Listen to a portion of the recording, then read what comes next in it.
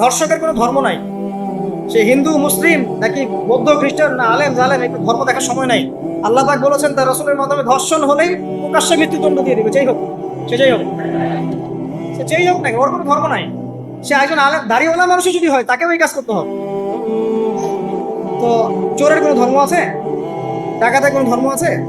তো মিডিয়া আবার টেকনিক্যালি দেখবেন ওইটাকে হাইলাইট করবো বেশি, বিকজ এখানে একটা সুযোগ আছে ইসলামকে ডমিনেট করার হচ্ছে।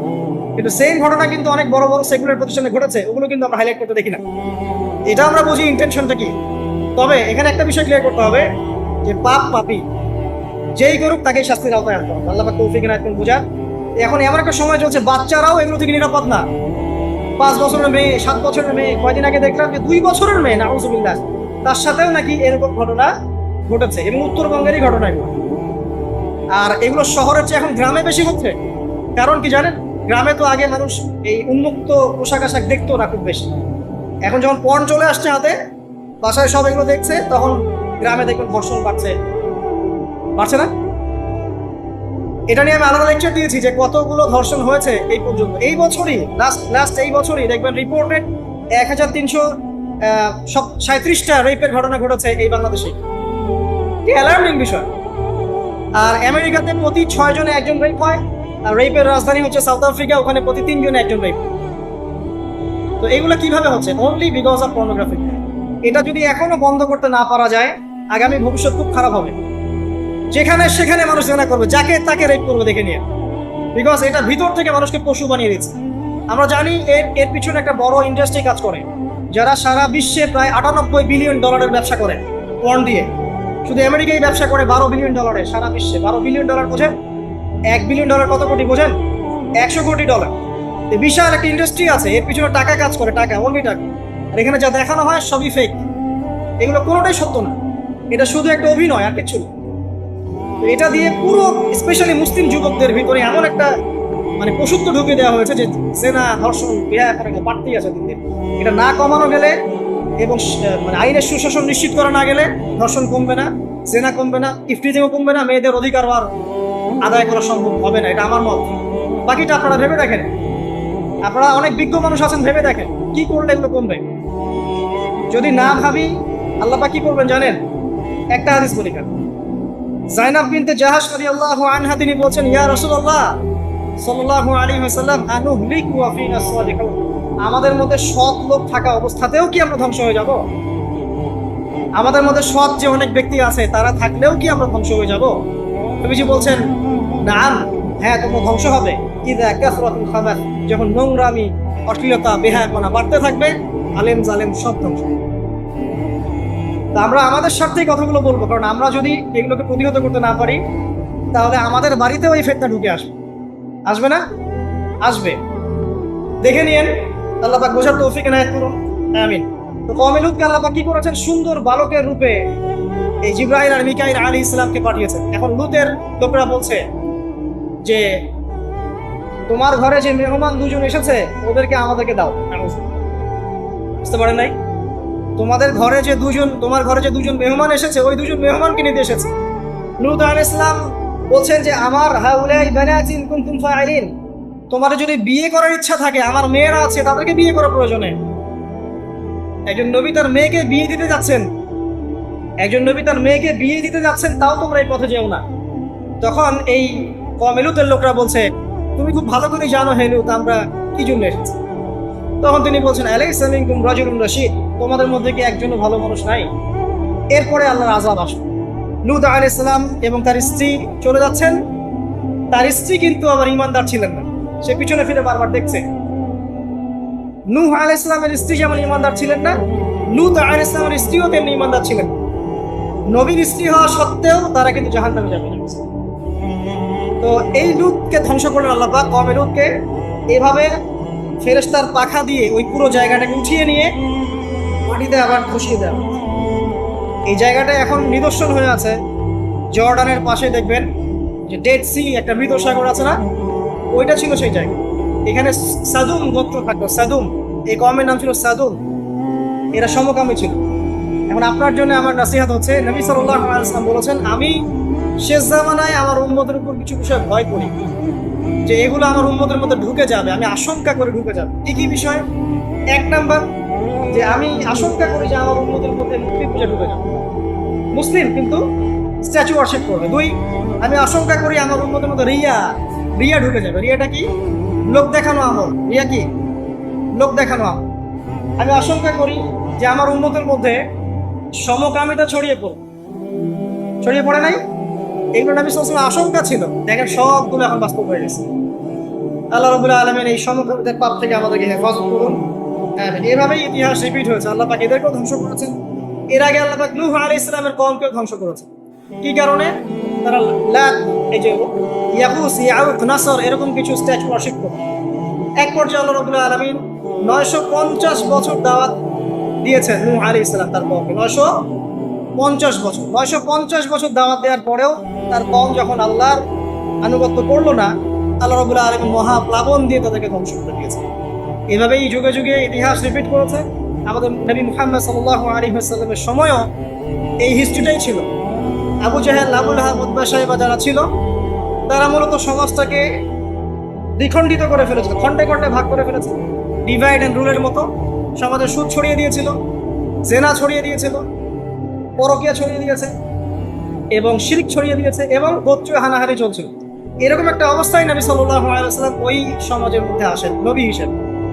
এসে মাত্র 23 বছর সময় নিয়েছেন। কত বছর? মাত্র 23 বছর। আমাদের তো সমাজ সংস্কারের শতাব্দী পার হয়ে যাচ্ছে।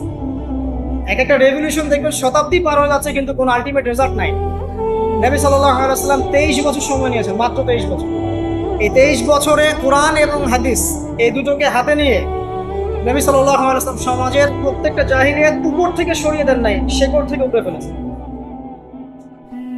তবে তিনি যখন ইসলাম প্রতিষ্ঠা করে দিয়ে চলে গেছেন, খোলাফায়ে রাশেদার যুগ চলে গেছে, তারপর উমাইয়া খেলাফত এসেছে প্রায় 100 বছরের মতো, পরে আব্বাসীয়রা এসেছে প্রায় 550 বছরের মতো, আস্তে আস্তে ফাতেমিরা এসেছে, এদিকে কর্ডোবার, স্পেন, আন্দালুসিয়া উমাইয়া শাসন ছিল, উসমানীয়রা এসেছে। এভাবে ইতিহাস চলেছে দীর্ঘদিন, প্রায় 1400 বছর।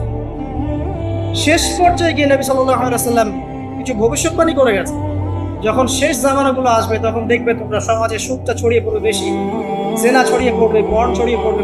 পর্ন কথা তো তিনি বলেন নাই, বলেছেন অশ্লীলতা ছড়িয়ে পড়বে। এখন আমরা বলছি এটা পর্নোগ্রাফি। তিনি আরো বলেছেন সময়গুলো সংক্ষিপ্ত হয়ে আসবে, মানুষের হঠাৎ মৃত্যুর পরিমাণ বেড়ে যাবে, অনেক কিছু বলে গেছে। দিন চলে যাবে মনে হবে একটা ঘন্টার মতো চলে গেল, বছর চলে যাবে একটা মাসের, মাস যাবে একটা সপ্তাহের। অনেকগুলো সাইন তিনি বলে গেছেন। মুসলিমদের মধ্যে বিভক্তি বাড়তে থাকবে, হত্যা, হারাজ বাড়বে। হারাজ, হত্যা মানে হারাজ, মানে একজন ব্যক্তিকে হত্যা করা হবে, সে জানবে না আমাকে কেন হত্যা করা হবে, আর একজন ব্যক্তি হত্যা করবে, সেও বুঝবে না কেন তাকে মারলাম। ফাসাদ বাড়তে থাকবে, উঁচু উঁচু অট্টালিকা নির্মাণের প্রতিযোগিতা বাড়তে থাকবে। হচ্ছে না এগুলো? সমাজে ভালো মন্দের মানদণ্ড উল্টে যাবে। মানুষ সত্যকে মিথ্যা বলবে, মিথ্যাকে সত্য বলবে, মিথ্যাবাদীকে সত্যবাদী বলবে, সত্যবাদীকে মিথ্যাবাদী বলবে, আমানতদারকে খেয়ানতকারী বলবে, খেয়ানতদারকে আমানতদার বলবে। টোটালি মানদণ্ড উল্টে যাবে। আস্তে আস্তে সিচুয়েশন এমন হতে থাকে, খারাপ থেকে খারাপ। তবে সোনালী সময় কি আর ফিরবে না? তাহলে সময় কি তাহলে আর ফিরবে না? এভাবেই চলবে সবকিছু? না, এভাবে চলবে না ইনশাআল্লাহ। আল্লাহ রাব্বুল আলামিন তার রাসূলের মাধ্যমে জানিয়েছেন এই সবকিছুই সাময়িক, সবকিছু সাময়িক। ইতিহাস আবার পুনরাবৃত্তি ঘটাবে। ইতিহাস, সভ্যতা শুরু হয়েছিল একজন নবী দ্বারা, শেষও হবে আরেকজন নবী দ্বারা ইনশাআল্লাহ। সভ্যতা শুরু হয়েছিল আদম আলাইহিস সালামকে দিয়ে, আর শেষ হবে ঈসা ইবনে মারইয়ামের হাতে। শেষ জামানার সবচেয়ে ভাইটাল ক্যারেক্টার হচ্ছেন ঈসা ইবনে মারইয়াম। ইমাম মাহদী নন, ইমাম মাহদী সবচেয়ে ভাইটাল ক্যারেক্টার নন। সবচেয়ে ভাইটাল ক্যারেক্টার হচ্ছে ঈসা ইবনে মারইয়াম। এবং তিনি নতুন কোনো শরীয়ত নিয়ে আসবেন, নতুন কোনো ধর্ম নিয়ে আসবেন, বরং তিনি এসে বরং কুশ ভেঙে ফেলবেন। শুয়োরের মাংস যেটা, এটাকে একদম টোটালি হারাম করে ফেলবেন। জিজিয়া যে ট্যাক্সটা আছে এটা উঠিয়ে দিবেন। এবং তিনি 40 ইয়ার্স, হাদিসে এসেছে 40 বছর তিনি এই পৃথিবীতে থাকবেন। কত বছর? 40 বছর। ওই সময় সম্পর্কে এমন কথা এসেছে যে যাকাত নেওয়ার জন্য একটা মানুষ খুঁজে পাওয়া যাবে। আসতে কতদিন এটা আমরা বলতে পারবো, এটা আল্লাহ পাক জানেন, আল্লাহ জানেন। এটা কতদিন এটা আমরা বলতে পারবো না, এটা বলার অধিকারও আমাদের নাই, বিকজ এটা গায়েবের বিষয়। আলামাতুল্লাহ আস্তে আস্তে আস্তে আস্তে ওইদিকে যাচ্ছে। এখন তিনি আজকেই আসুন আর কালকেই আসুন, ইমাম মাহদী আজই আসুক আর কালই আসুক, আপনার আমার দায়িত্ব চেঞ্জ হবে না। দায়িত্ব কি চেঞ্জ হবে? খুব সংক্ষেপে 2 মিনিট সময় নিচ্ছি যে আমরা যে কোনো সিচুয়েশনেই আমাদের দায়িত্বটা কি আসে। 1 নাম্বার কথা হচ্ছে ভাই যে বড় পরিসরে চিন্তা বাদ দিয়ে আগে ছোট পরিসরে আসেন। নিজের ব্যক্তি জীবন আগে ইসলাম প্রতিষ্ঠা করেন। নিজে আগে পড়াশোনা করি, দিনের জ্ঞান অর্জন করেন, পড়াশোনা করেন, যে লাইনেই পড়াশোনা করছেন করেন, কিন্তু ইসলামটাকে, ইসলামের ফরজ ওয়াজিব সুন্নত মুস্তাহাবগুলো শেখেন। ডাক্তার ইঞ্জিনিয়ার হওয়ার কোনো আপত্তি নাই, বড় পলিটিশিয়ান হন, ইকোনমিস্ট হন, কোনো আপত্তি নাই, বাট ইসলামের বেসিক নলেজটা অর্জন না করে মৃত্যুবরণ করেন আল্লাহর রাস্তায়। 2 নাম্বার, কোরআনকে সময় দেন, কোরআনটাকে স্টাডি করেন, হাদিসটা স্টাডি করেন, আল্লাহ পাক তৌফিক দান করুন, আমিন। এরপরে আমল বাড়িয়ে দেন, আমলটা বাড়ায় দেন। এখন সময় থাক 100 বছর আর 500 বছর বা 2 বছর, আমল বাড়ায় দেন। আপনার আমল আপনার সাথেই, কেউ কারো কবরে যাবে যাবেন। অতএব আমল বাড়িয়ে দেওয়ার চেষ্টা করি, আল্লাহ পাক তৌফিক দান করুন। আমল বাড়ানোর সবচেয়ে সেরা পদ্ধতি হচ্ছে রাসূল সাল্লাল্লাহু আলাইহি ওয়াসাল্লামের সুন্নাহ মতো জীবন গড়া, নবীর সুন্নাহ মতো জীবন গড়া। প্রত্যেকটা কাজ রাসূল সাল্লাল্লাহু আলাইহি ওয়াসাল্লামের সুন্নাহ মতো করেন, ইনশাআল্লাহ প্রতিটা কাজই নেকি হবে ইনশাআল্লাহ। আর কি বাড়াবো? আদর্শ পরিবার। এটা বারবার আমি একটা কথা বলি যে আদর্শ পরিবারের কোনো বিকল্প নাই। পারিবারিক আদর্শ, পারিবারিক মূল্যবোধ সবচেয়ে বড় শিক্ষা। এই শিক্ষাটা অন্য জায়গায় আপনি পাবেন না। সো পারিবারিক আদর্শটা ঠিক করার চেষ্টা করি আমরা। আমাদের বাচ্চাদের প্রতি সচেতন হই, কার সাথে মিশছে, কি করছে, ওদেরকে ডিভাইস এডিক্টেড হতে দিয়েন না। এত সহজেই স্মার্টফোন ওদের হাতে তুলে দিয়েন না। বাসায় ছোট ছোট মেয়েদের ব্যাপারেও সচেতন হন, তাদের ব্যাপারেও খেয়াল রাখেন, তাদেরকে নিরাপত্তায় রাখেন। পর্দা, এটা তো বলতেই হবে, এটার কোনো বিকল্প নাই। যে যাই বলুক না কেন, আপনার ইজ্জত সম্মান আপনার কাছেই, এর কোনো বিকল্প নাই। রাসূল সাল্লাল্লাহু আলাইহি ওয়াসাল্লাম আল্লাহর বিরুদ্ধাচরণ করে আপনি প্রগতি অর্জন করতে পারবেন, আপনি উন্নতি অর্জন করতে পারতে পারেন, সেটা বস্তুবাদী। পরকালে এর কোনো অস্তিত্ব থাকবে? থাকবে না। আর কি করতে পারি আমরা? আমরা হালাল অর্থনীতি সার্চ করতে পারি। হারামে যারা যারা আছে আজকে তওবা করি, আজকের এই লেকচার যাদের কানে যাবে, আমরা দোয়া করি আল্লাহ পাক সবাইকে হারাম রিজিক থেকে ফিরিয়ে নিয়ে আসুন। বারবার একটা কথা বলি ভাই, আপনার আমল নামায় যতটুকু রিজিক আছে এর একটা দানা না খেয়ে আপনি মৃত্যুবরণ করবেন, আপনার মৌত হবে না। এখন আপনার রিজিকটা আপনি কি অবৈধ পথে চাচ্ছেন না বৈধ পথে চাচ্ছেন, এটা আপনার ডিসিশন। আপনি যদি বৈধ পথে চান, ওই পরিমাণ রিজিক আপনাকে খাওয়াবেন আল্লাহ পাক, তারপর মৃত্যুবরণ করবেন। আর যদি অবৈধ পথে চান, সেটাই খাওয়াবেন, মৃত্যুবরণ করবেন। আপনি ডিসিশন নেন কোন দিকে যান। আর রিজিকের মালিক আল্লাহ আমরা খালি মুখে বলি, মনে কিন্তু বিশ্বাস করি না। মনে যদি বিশ্বাস করতাম তাহলে আমরা কিন্তু কখনো সুদের ধার ধারতাম, আমরা ঘুষ দুর্নীতি করতাম। কারণ আমরা করছি কেন? মনে করছি যে আমি এটা করলে রিজিক পাবো। আর আপনি যাদের জন্য এই কাজগুলো করছেন, আপনার স্ত্রী, আপনার সন্তান, আপনার পরবর্তী প্রজন্ম, 40 দিন সময় নেবেন আপনাকে ভুলে যেতে।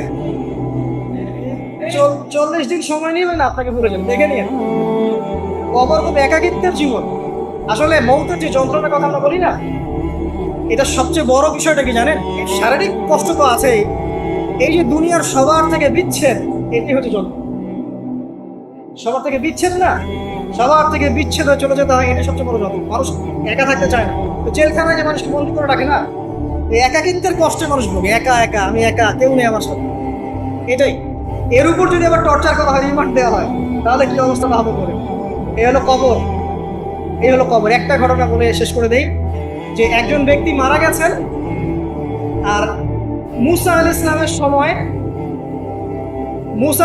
সময় বানু ইসরাইলের কোন এক নবী, আমি ঠিক নাম বলতে পারবো না যে কোন নবী, কারণ নামটা হাদিসে আসে নাই, কোন একজন নবী আল্লাহর কাছে দোয়া করছেন, আল্লাহ মৃত মানুষের সাথে আমার একটু কথোপকথন করায় না।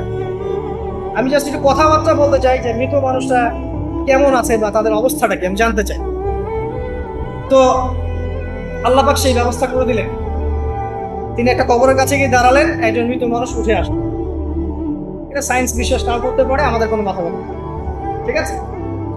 তো এবার তিনি তাকে জিজ্ঞাসা করছেন যে তুমি কেমন আছো, তুমি কেমন আছো, মুর্দাকে জিজ্ঞাসা করছেন। তিনি বলছেন আজকে থেকে প্রায় 500 বছর আগে আমার মৃত্যু হয়েছে। এই ব্যক্তি বলছেন আজকে থেকে প্রায় 500 বছর আগে আমার মৃত্যু হয়েছে, এখন পর্যন্ত আমার গা থেকে, আমার আত্মা থেকে মৌতের যন্ত্রণা দূর হয় নাই। লা ইলাহা ইল্লাল্লাহ।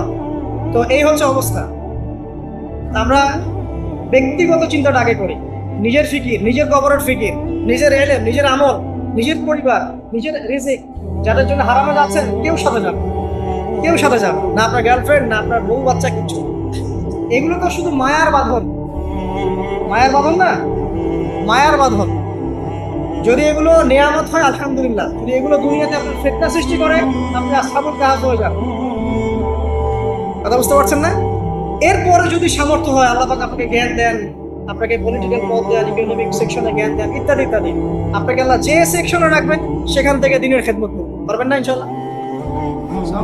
কোরআন বলছে যে জেনা থেকে দূরে থাকো, জেনার কাছেও যেও না।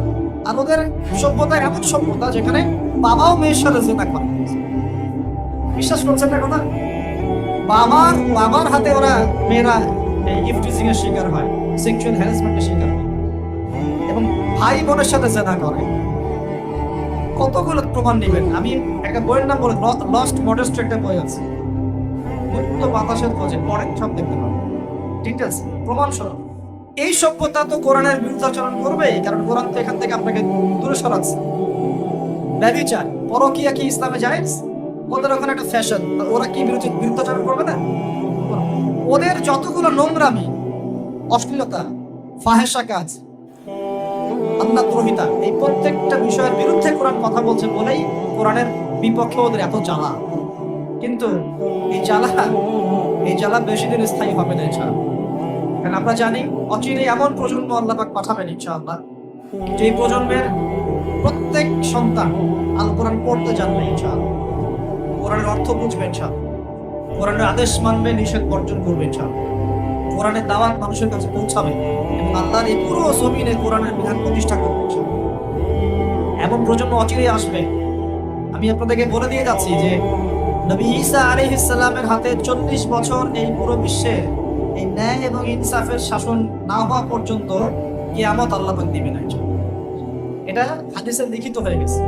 তিনি আসবেন, তার আগেই ইমামুল মাহদী আসবেন, তিনি দাজ্জালকে হত্যা করবেন এবং দাজ্জালকে ফলো করবে, কিন্তু এরাই দাজ্জালকে ফলো করবে। তবে পাথর বা গাছের পিছনেও যদি দাজ্জালের বাহিনী গিয়ে লুকায়, ওই পাথর আর গাছও কথা বলা শুরু করবে। তারা বলবে, ইয়া মুসলিম ইন্না ওয়ারা আল ইয়াহুদ তাআল ফাকতুম, হে মুসলিম, আমার পিছনে একজন ইহুদি আছে, আসো একে হত্যা করে যাও। পাথর এবং গাছ কথা বলে। বিশ্বাস করছেন? এই সময় সামনে অপেক্ষা করছে। বিশ্বে এখন যা দেখছেন তার কিছুই থাকবে না। নতুন একটা বিশ্ব পৃথিবী দেখবে, এমন বিশ্ব যেখানে না আছে কোনো জুলুম, না আছে কোনো অন্যায়, না কোনো পাপাচার, না কোনো জিনা, না কোনো এই যে আল্লাহ দ্রোহিতা, না কোনো কুফর, না কোনো শিরক। ইনশাআল্লাহ এমন একটা বিশ্ব অচিরেই আমাদের সামনে আসছে। তবে আমাদের কিছু কাজ আছে, ওই কাজ বলতে গিয়ে দেখে এসেছি। প্রথমে আল্লাহকে চিনতে হবে। কি করতে হবে? আল্লাহকে চিনতে হবে। আল্লাহ রাব্বুল আলামিন আমাদের রব, এটা চিনতে হবে। যখন আমাদের কেউ ছিল না, কে ছিল? আল্লাহ। এখন আপনি বড় হয়েছেন, আল্লাহকে ভুলে যাচ্ছেন, আস্তে আস্তে কিন্তু আপনি আবার দুর্বল হবেন। যেমন মায়ের গর্ভে যেমন দুর্বল ছিলেন জন্মের পর, আবার কিন্তু আস্তে আস্তে আবার দুর্বল হবেন। এই যে এখন যৌবন কাল চলছে, খুব দ্রুত দেখবেন যৌবন পাস হয়ে যাচ্ছে। আর এখন কিন্তু সময় অনেক দ্রুত যাচ্ছে, কারণ এটা কিয়ামতের একটা সাইন। সময় কিন্তু টাইম দ্রুত যাওয়া শুরু করবে। এমনকি একটা বছর একটা মাসের মতো চলে যাবে, একটা মাস একটা সপ্তাহের মতো চলে যাবে, একটা সপ্তাহ একটা দিনের মতো চলে যাবে। এরকম মনে হচ্ছে না? এখন আস্তে আস্তে এমন হচ্ছে। এটার মানে হচ্ছে সময় থেকে বরকতটা উঠে যাচ্ছে। সময় থেকে কি হচ্ছে? টাইম কিন্তু ঠিকই আছে, মানে 24 ঘন্টা 24 ঘন্টায়, কিন্তু একটু দ্রুত পাস হচ্ছে, মানে আপনার বরকতটা কমে যাচ্ছে। নবী সাল্লাল্লাহু আলাইহি ওয়াসাল্লাম একদিনে যত কাজ করতে পারতেন, আমরা এক মাসেও অত কাজ করতে পারি। ভালো করে খেয়াল করবেন, আল্লাহ নবীজি একদিনে যত কাজ করতেন সকাল থেকে রাত পর্যন্ত, আমরা মনে হয় এক সপ্তাহ এক মাসেও করতে পারি। প্রিয় ভাইরা, সময় দ্রুত পাস করছে, যৌবন চলে যাবে। যৌবন সম্পর্কে আপনাকে দুই একটা হাদিস বলে আমি এদিকে আস্তে আস্তে ফিনিশিং এর দিকে যাব। আল্লাহর নবী বলেছেন, 7 শ্রেণীর মানুষকে আল্লাহ পাক আরশের ছায়া দিবেন, যেদিন ওই ছায়া ছাড়া অন্য কোনো ছায়া থাকবে না। তার মধ্যে দ্বিতীয় শ্রেণী হচ্ছে, প্রথমটা হচ্ছে ন্যায়পরায়ণ শাসক। শাসন ক্ষমতা পাওয়া কোনো দোষের কিছু নয়, ন্যায় বিচার করলে আরশের ছায়া পাবে ইনশাআল্লাহ। আমরা দোয়া করি আল্লাহ পাক আমাদের সবার উপরে ন্যায়পরায়ণ শাসক মনোনীত করুন বলি আমি। এরপরে দ্বিতীয় শ্রেণী হচ্ছে সেই যুবক যে তার যৌবন কালটাকে আল্লাহর পথে মিলিয়ে দিয়েছে। এই সুযোগ এখন আপনাদের সবার সামনে আছে। এখন আপনি কোন পথে যাবেন, decision is yours, choice is yours, আপনার চয়েস। আপনি কি শয়তানের পথে যাবেন, নাকি একটা মেয়ের পিছনে সময় নষ্ট করবেন, নাকি হতাশার আর মাদকের পিছনে সময় নষ্ট করবেন, না আল্লাহর দ্বীনের জন্য কিছু করবেন? আল্লাহ দিনের জন্য করতে হলে কিছু বৈশিষ্ট্যের দরকার আছে, যোগ্যতার দরকার আছে। এমনি এমনি কি অ্যাচিভ করা যায় কোনো কিছু? দুনিয়ার একটা চাকরি কি এমনি অ্যাচিভ করা যায়? পড়তে হয়, মেসে থাকতে হয়, স্টাডি করতে হয়, অ্যাসাইনমেন্ট জমা দিতে হয়, পরীক্ষা দিতে হয়। এভাবে 10-15 বছর পড়ার পর একটা সার্টিফিকেট অর্জন করে আপনি চাকরি নিচ্ছেন, তাই নয় কি? একটা চাকরি নিচ্ছেন, বিসিএস ক্যাডার হচ্ছেন, বড় বড় জায়গায় যাচ্ছেন। তাহলে দিনের জন্য কাজ করার জন্য বা আল্লাহর দিনকে প্রতিষ্ঠা করার জন্য যোগ্যতার দরকার আছে না? প্রথম যোগ্যতা হচ্ছে জ্ঞান অর্জন করা। কি করা? কোরআন এবং সুন্নাহর বেসিক জ্ঞান আপনাদের সবাইকে অর্জন করতে হবে। রাজি আছেন তো? চল, সর্বপ্রথম কোরআন তেলাওয়াত করা শিখতে হবে। কি করতে হবে? কোরআন তেলাওয়াত করা শিখতে হবে। আগামী রমজান আসার আগেই সবাই তেলাওয়াত করা শিখে নিব ইনশাআল্লাহ। রাজি আছেন তো? চল। 2 নাম্বার, কোরআনের ভাষা শিখতে হবে, আরবি ভাষা। তাহলে কোরআন আপনি বুঝতে পারবেন, ইনশাআল্লাহ পড়ে বুঝতে পারবেন আল্লাহ কি বলছে। 3 নাম্বার, কোরআনের সাথে সাথে হাদিস পড়ার চেষ্টা করতে হবে। হাদিসের মধ্যে অথেন্টিক যে হাদিসগুলো আছে এগুলো চর্চা করতে হবে। 4 নাম্বার, আলেম ওলামাদের সাথে সম্পর্ক রাখতে হবে। একা একা কোরআন হাদিস পড়তে গেলে কিন্তু আপনি অনেক সময় বিভ্রান্ত হতে পারেন। ওলামা কেরামের সাথে সম্পর্ক রাখলে আপনি কোরআন সুন্নাহর সঠিক মেসেজটা পাবেন। এখানে আবার কোন শ্রেণীর আলেম ওলামার সাথে সম্পর্ক রাখবেন? ওঠেন ওঠেন, বসেন বসেন শিখা, এরকম ঢেলে দেই এরকম? কিরকম? কোন আলেম ওলামা? যে আলেম ওলামা সৎ কাজে আদেশ করে, অসৎ কাজে নিষেধ করে, যাদের ব্যক্তিত্ব গায়রত আছে, যাদের মধ্যে আত্মমর্যাদা বোধ আছে, যারা উম্মার ফিকির করে, উম্মার জন্য খেদমতে নিজের জীবন বিলিয়ে দিচ্ছে, এই শ্রেণীর ওলামা কেরামের সাথে থাকবেন ইনশাআল্লাহ। আর যারা ইসলামকে ঠাট্টা বিদ্রুপ হাসিঠাট্টার পাত্র বানিয়েছে, এই টাইপের আলেমের সাথে কোনো সম্পর্ক রাখার দরকার নেই। প্রকৃতপক্ষে এদেরকে আলেম বলা হয়, এটা আলেমের সংজ্ঞার মধ্যে পড়ে। আলেমকে যে ব্যক্তির মধ্যে ইলম আছে এবং সে ইলম অনুযায়ী আমলও করে, আল্লাহর জমিনে আল্লাহর দ্বীন প্রতিষ্ঠার চেষ্টা করে, আলেম। আলেম মানে কি? শুধু জানি আমল করি না, এটাকে আলেম বলা হয়? শুধু জানি আমল নাই, আলেম বলা হয়? প্রিয় ভাইরা, সত্য মিথ্যা চিন্তা হবে। এই ট্রল নিয়ে ফেসবুক ইউটিউব নিয়ে এত বেশি মন্তব্য থাকবে। কনস্ট্রাকটিভ পড়াশোনা করেন, অফলাইনে পড়াশোনা করেন, ওলামা কেরামের সাথে সম্পর্ক করেন, আগে জ্ঞান অর্জন, তারপর অন্য কিছু। জ্ঞান ছাড়া আপনি এই বিশ্বে ইসলামকে এগিয়ে নিতে পারবেন না। কারণ এখন জ্ঞান দিয়ে যুদ্ধ করা হচ্ছে। কি দিয়ে যুদ্ধ হচ্ছে এখন? একটা সময় ছিল আগে তরোয়াল দিয়ে যুদ্ধ হতো, মনে আছে? তারপরে যুদ্ধ হওয়া শুরু হচ্ছে ট্যাঙ্ক দিয়ে, কামান দিয়ে, গোলা বারুদ দিয়ে, মনে আছে? এখন পারমাণবিক যুদ্ধের যুগ না? পারমাণবিক অস্ত্র দিয়ে মানুষ যুদ্ধ করার জন্য মরিয়া হয়ে আছে, তাই না? আমরা আশঙ্কা করছি যে বিশ্বের সামনে হয়তো একটা পারমাণবিক যুদ্ধ হয়ে যেতে পারে। আল্লাহ ভালো জানেন, আমরা জানি। তবে এখন সবচেয়ে শক্তি কোন জিনিসটা? সবচেয়ে বড় শক্তি হচ্ছে প্রযুক্তি। সবচেয়ে বড় শক্তি কি? প্রযুক্তি, তথ্য প্রযুক্তি। যার কাছে যত বেশি প্রযুক্তি এবং ডাটা আছে, সেই রাষ্ট্র তত বেশি শক্তিশালী। অতএব আমাদের সবাইকে জ্ঞান অর্জন করতে হবে। এবং কোন জ্ঞান? যেটা প্র্যাকটিক্যাল জ্ঞান। শুধু জ্ঞান বই পুস্তকে পড়ে রাখলাম, হ্যাঁ, যেটা প্র্যাকটিক্যাল কোনো ভিত্তি নাই, এটা কিন্তু আসলে প্রকৃত জ্ঞান নয়। যে জ্ঞানটাকে প্রয়োগ করা যাচ্ছে এবং জ্ঞান প্রয়োগ করে ইসলামকে এগিয়ে নেওয়া যাচ্ছে। তো এখন কি ডারউইনের মতবাদ করবেন নাকি? হ্যাঁ, বলছে যে বানর থেকে মানুষ হয়েছে, আর আমরা সূরা বাকারার মধ্যে দেখছি মানুষ থেকে বানর হয়েছে। জানেন? এটা হয়তো জানেন না, বলছি শোনেন। আল্লাহ পাক একটা জাতিকে বলেছিলেন শনিবারে মাছ ধরবে না। কি করবে না? শনিবারে মাছ ধরবে না। বনু ইসরাইল কারা জানেন তো? কারা? হ্যাঁ, ইয়াকুব আলাইহিস সালামের বংশধর, কিন্তু প্রকৃতপক্ষে ইহুদি বলা হয় কাদেরকে? যারা মুসা আলাইহিস সালামের কওম। আর নাসারা বলা হয় কাদেরকে? যারা ঈসা আলাইহিস সালামের কওম। ঠিক আছে? তো এই বনু ইসরাইলের মধ্যে একটা কওম ছিল যাদেরকে আল্লাহ পাক বলেছিলেন যে শনিবারে মাছ ধরো না। ওরা তো বেশি চালাক, শনিবারে মাছ না ধরে একটা বাদ দিয়ে রাখছে। শনিবারে মাছ ধরবো না, মাছগুলাকে আসো এখানে আটকা থাকবে, পরে ধরবো। এই একটা সীমা লঙ্ঘন করার কারণে আল্লাহ পাক সূরা বাকারার মধ্যে বলছেন যে আল্লাহ পাক ওই জাতিটাকে বানর বানিয়ে দিয়েছে। তাহলে মানুষ থেকে বানর হয়েছে, দলিলটা কোরআনে আছে। আর ওরা যে ডারউইনের মতবাদ দিচ্ছে, এটা কুফরি মতবাদ। কেউ যদি এখানে বিশ্বাস করে, মন থেকে বিশ্বাস করে, তার ঈমান চলে যাবে, কোনো সন্দেহ নেই। আমরা এসেছি জান্নাত থেকে। কোত্থেকে? মানুষ বানর থেকে আসে নাই, মানুষ জান্নাত থেকে আসছে। আমাদের পিতা কোথায় ছিল? আমাদের পিতা জান্নাতে ছিল। সেখানেই তো ইবলিস প্রলোভিত করলো, গাছের কাছে চলে গেলেন। তারপর আল্লাহ পাক নারাজ হলেন, হ্যাঁ, তওবা করলেন, আল্লাহ তওবা কবুল করলেন, কিন্তু দুনিয়ায় পাঠিয়ে দিলেন। তাহলে আমরা কোত্থেকে আসছি? আমরা এই দুনিয়ার বাসিন্দা নই, আমরা জান্নাতে ছিলাম, সেখান থেকে আমরা এখানে আসছি। আমরা বানর থেকে মানুষ হই নাই। কোরআন বলছে এই কথা। আর কিছু কিছু ক্ষেত্রে দুঃখজনক, দুর্ভাগ্যজনক, এটা আমাদের জন্য দুর্ভাগ্যজনক যে আমাদের বাচ্চাদের বইপত্রে কিছু কিছু ক্ষেত্রে এগুলো শেখানো হচ্ছে। তো এগুলো জ্ঞান নয়, এগুলো জাহেলিয়াত। এগুলো কি? জাহেলিয়াত। এইসব জ্ঞান অর্জন করতে যাবেন। এখন যদি পরীক্ষায় পাশের জন্য পড়তেই হয়, তাহলে কি করবেন? তাহলে আমি বলবো যে আপনার ইমানে দুর্বলতা আছে। আমাদের উপরের লেভেল থেকে পদক্ষেপ গ্রহণ করতে হবে, অথবা সামাজিক সচেতনতা গড়ে তুলতে হবে। আর যদি কোনোভাবেই এইসব বইপত্র পরিবর্তন সংশোধন না করে, তাহলে কি করবেন? নতুন নতুন শিক্ষা প্রতিষ্ঠান গড়ে তুলবেন। মাদ্রাসায় পড়ান, সিলেবাসের মধ্যে সংশোধন নিয়ে আসে। আমি তো একটা লেকচারে বলেছি 3 ঘন্টা লাগবে প্লে গ্রুপ থেকে নিয়ে ক্লাস 5 পর্যন্ত জেনারেল শিক্ষা, ইসলামিক শিক্ষা সমন্বয় করে আপনাকে 3 ঘন্টার মধ্যে দিয়ে দিতে হবে।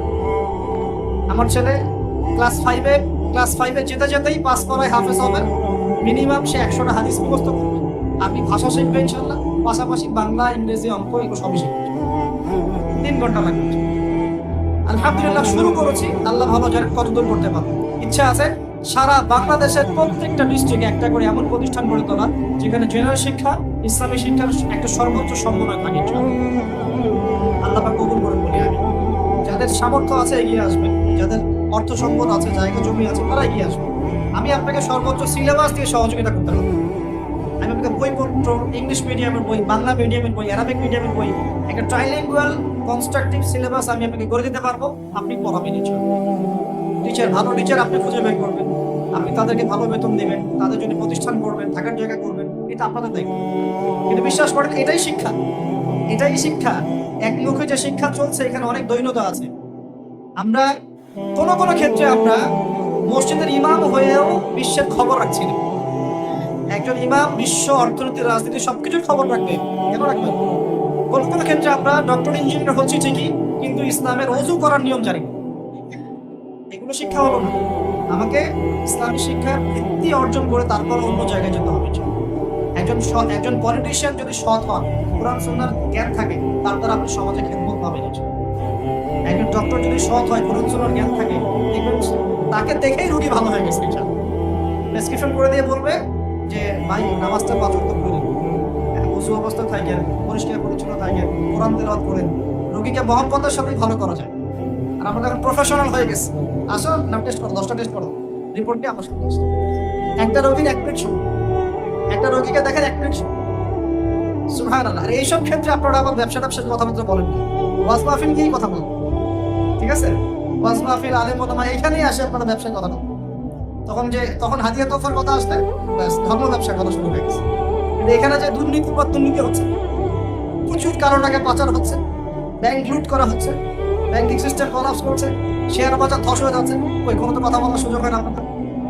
তো এটা কেমন দৃষ্টিভঙ্গিটা? কেমন বায়াস দৃষ্টিভঙ্গি, ডাবল স্ট্যান্ডার্ড বলি আমরা, দ্বিমুখী, দ্বিচারিতা। আল্লাহ পাক আমাদের সবাইকে সৎ হওয়ার তৌফিক দান। আমি বলতে চাচ্ছিলাম যে কোরআন সুন্নাহর শিক্ষা ব্যবস্থাটা যদি গোড়া থেকে, প্লে গ্রুপ থেকে লঞ্চ করা যায়, সাথে জেনারেলটাও থাকে, এই জাতিকে ঠেকানোর মধ্যে কেউ থাকবে না। ইনশাআল্লাহ দোয়া করি আল্লাহ পাক যেন একদিন না একদিন এমন কিছু মানুষকে নিয়ে আসেন আমাদের উপর, যারা এই কথাগুলো বুঝবেন এবং এই কথাগুলোর উপর আমল করে সমাজটাকে পরিবর্তন করবে ইনশাআল্লাহ। প্রিয় ভাই, প্রথমে দরকার জ্ঞানের বিপ্লব। এখন যার কাছে যত বেশি জ্ঞান, সে তত বেশি শক্তিশালী। জ্ঞান যার কাছে আছে, সে তত বেশি শক্তিশালী। এরপর দরকার হবে আপনার আমল, বেশি বেশি নবীর সুন্নাহ অনুযায়ী আমল করতে হবে। জ্ঞান এবং আমল যখন একত্রিত হবে, আল্লাহর পক্ষ থেকে কলবের মধ্যে নূর আসবে। কি আসবে? আল্লাহর আলো, নূর আসবে। এটা কি ব্যাখ্যা করতে পারবো আপনাকে? এটা যখন আসবে, যার কাছে আসছে সেই জানে আল্লাহর নূর কি জিনিস। আল্লাহর নূর মানে আল্লাহ দ্রোহী কোনো কিছুই আপনার ভালো লাগবে না। যার কলবে আল্লাহ নূর আসছে, সে হারাম কিছু দেখতেও তার ভালো লাগবে, হারাম কিছু শুনতেও ভালো লাগবে না, হারাম কোনো কিছুর সাথে সম্পৃক্ত হতেও ভালো লাগবে না, কারণ তার মধ্যে সে আল্লাহর নূর পেয়ে গেছে। তার ভালো লাগবে নামাজ, তেলাওয়াত, ইসলাম, এগুলোই ভালো লাগবে।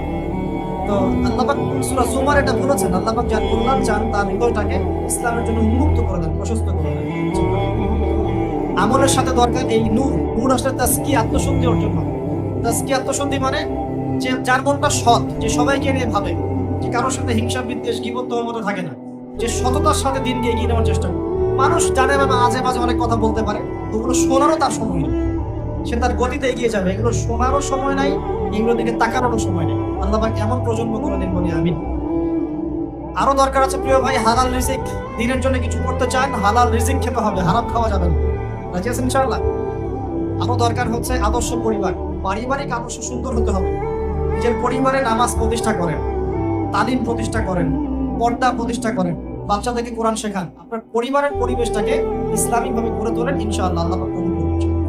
আর প্রয়োজন সৎ কাজে আদেশ করা, অসৎ কাজে নিষেধ করা, এবং আপনার জানমাল সময় শ্রম দিয়ে দিন ইসলামকে এগিয়ে নেওয়ার চেষ্টা করেন। এই কাজগুলো প্রয়োজন যুব সমাজে, যদি আপনারা ইসলামের জন্য কিছু করতে চান। আমরা কি চাই কিছু করতে? আল্লাহ পাক আমাদেরকে দুনিয়াতে পাঠিয়েছেনই আল্লাহর ইবাদত করার জন্য, তার দিনকে বিজয়ী করানোর জন্য। শর্ত দিয়েছেন, ইন তানসুরুল্লাহ ইয়ানসুরকুম, তোমরা যদি আল্লাহর দিনকে সাহায্য করো তবেই আল্লাহ তোমাদেরকে সাহায্য করবে। আল্লাহ বলছেন, ইন্নাল্লাহা লা ইউগাইয়িরু মা বিকওমিন হাত্তা ইউগাইয়িরু মা বিআনফুসিহিম, কোন কওমের অবস্থা আল্লাহ পরিবর্তন করেন না ততক্ষণ পর্যন্ত যতক্ষণ না তারা নিজেরা তাদের অবস্থা পরিবর্তনের চেষ্টা করছে। আমরা কি চেষ্টা করবো ইনশাআল্লাহ? এই কাজগুলো করবেন। পাশাপাশি আমি বলবো, আল্লাহকে চিনতে শিখবেন। আস্তে আস্তে আপনি দুর্বল হয়ে যাবেন, এই যৌবনটা থাকবে না, চলে যাবে। ওই 7 শ্রেণীর মানুষের মধ্যে যদি অন্তর্ভুক্ত হতে চান, তাহলে এই যৌবনটাকে আল্লাহর জন্য বিলাতে হবে। ওই 7 শ্রেণী আরো আছে, সেই ছেলে বা সেই যুবক, সেই লোক যাকে কোনো যুবতী সুন্দরী নারী জেনার জন্য আহ্বান করে, সে বলে আমি আল্লাহকে ভয় করি। এইরকম প্রজন্ম কোথায় এখন? কোথায় প্রজন্ম? আরো আছে সেই ব্যক্তি যে একে অপরকে আল্লাহর জন্য মহব্বত করে, এমন ভাবে দান করে যে বাপ হাত জানে না ডান হাত কি দান করেছে, যার অন্তর মসজিদের সাথে ঝুলন্ত থাকে। এখনকার যুব সমাজের অন্তর ঝুলে থাকে ফোনের সাথে।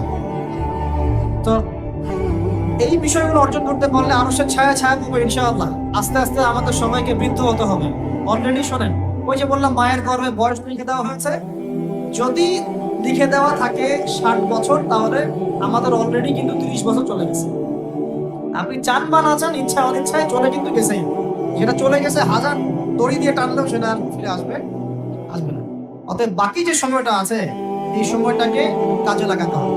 বারবার বলে একটা কথা, এটা আমি নিজেও করেছিলাম, নিজে করেছি, উপকৃত হয়েছে, আপনাকে বলেছি। রাত্রে ঘুমানোর সময় চোখ বন্ধ করবেন। সারাদিন মানুষ অনেক কাজে ব্যস্ত থাকে, দোয়া কালামগুলো করে শুনবেন, ঘুম আসতে একটু সময় তো লাগে নাকি? ওই সময় ফোনটা কোথাকুতি না করে চোখ বন্ধ করে শুয়ে থাকবেন। শুয়ে শুয়ে চিন্তা করবেন যে আমার যদি 60 বছর হায়াত থেকে থাকে, আমরা দোয়া করে আল্লাহ পাক আরো বেশি বরকতময় হায়াত দান করুন আমিন। যদি থেকে থাকে তাহলে 30 বছর তো শেষ হবে।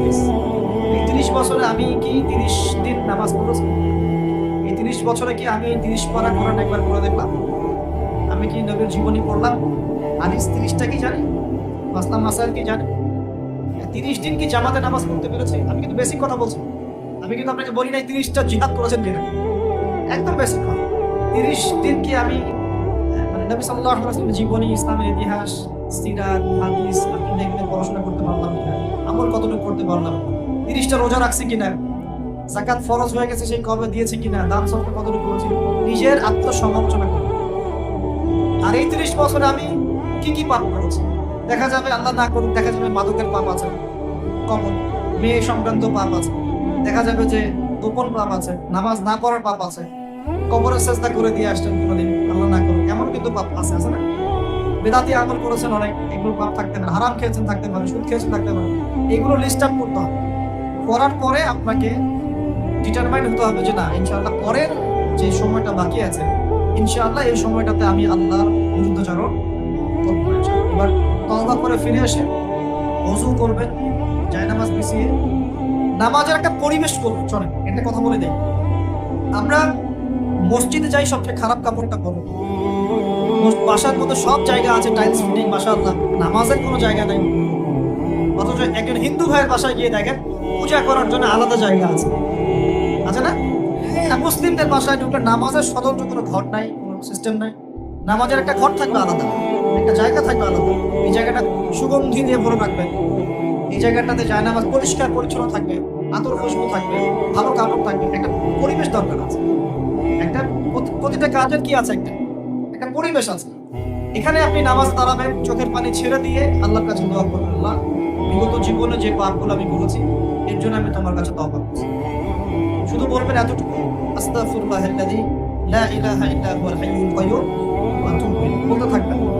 অথবা আরবি জানেন না, বাংলা দিয়ে বলবেন যে আল্লাহ আমি এই পাপ করেছি, আমাকে মাফ করুন, এবং আমি আগামী জীবনে ইনশাআল্লাহ তোমার দিনের জ্ঞান অর্জন করে, আমল করে, আকীদা আমলের সংস্কার করে তোমার এই দিনের দাওয়াত মানুষের দুয়ারে দুয়ারে পৌঁছে দেবো ইনশাআল্লাহ, আল্লাহ তোমাকে কবুল করুন। এভাবে দোয়া করে নিজেকে তৈরি করতে হবে। এই দোয়া একদিন করেই সারা এমন নয়, প্রতিদিন এই দোয়া করতে থাকে এবং এই দোয়া বাস্তবায়ন করার জন্য মেহনত করতে হবে। খালি দোয়া করে গেলাম, কোনো কাজ নাই, এই দোয়া কি কবুল হবে? আল্লাহর নবী কি শুধু দোয়া করেছিলেন না, বদরের যুদ্ধ করেছেন? যুদ্ধের মাঠে গিয়ে যুদ্ধ করেছেন, এবার দোয়াও করেছেন, তারপর ফলাফল দেখেন নাকি? যুদ্ধের মাঠে গিয়েছেন, সাহাবীদেরকে প্রশিক্ষিত করেছেন, আরো কত কি অস্ত্র শস্ত্রের ব্যবস্থা করেছেন, খবর নিয়েছেন ওদের কত সৈন্য, আমরা কোথায় দাঁড়াবো, কোন দিকে দাঁড়ালে ভালো হয়, বদরের কূপটাকে আগে দখল করে নিয়েছেন, সব ট্যাকটিক অ্যাপ্লাই করেছেন। তারপরে দোয়া, আল্লাহ এই যে মানুষগুলো আজকে তোমার সামনে আছে, এরা যদি আজকে না থাকে ইসলাম মিটে যাবে, আল্লাহ আজকে তুমি আমাদেরকে সাহায্য করো। তখন আল্লাহ পাক আসমান থেকে ফেরেশতা পাঠিয়েছে। এই হলো আমাদের কাজ, দোয়াও চলবে ইনশাআল্লাহ, এর পাশাপাশি প্রচেষ্টাও চলবে। এগুলো যদি সব একত্রিত হয় ইনশাআল্লাহ দেখেন সেই দিন বেশি দূর নয় ইনশাআল্লাহ, যেদিন শুধু বাংলার জমিনে না ইনশাআল্লাহ সারা বিশ্বব্যাপী দিন ইসলামের প্রচার প্রসার ব্যাপক হবে, প্রতিষ্ঠাও লাভ করবে ইনশাআল্লাহ তাআলা। সমস্ত জালেমের শেকড় আল্লাহ ভঙ্গ করে ফেলবে। আল্লাহ পাক আমাদের সবাইকে আল্লাহকে চেনার তৌফিক দান করুন বলে আমিন। আল্লাহ পাক আমাদের সবাইকে আল কোরআন তেলাওয়াত শেখার তৌফিক দান করুন। আল্লাহ পাক আমাদের সবাইকে যেন 5 ওয়াক্ত নামাজি বানিয়ে দেন। আল্লাহ রাব্বুল আলামিন আমাদের সবাইকে যেন দ্বীন ইসলামের বেসিক জ্ঞান অর্জন করার তৌফিক দান করেন, বেশি বেশি আমল করার তৌফিক দান করেন।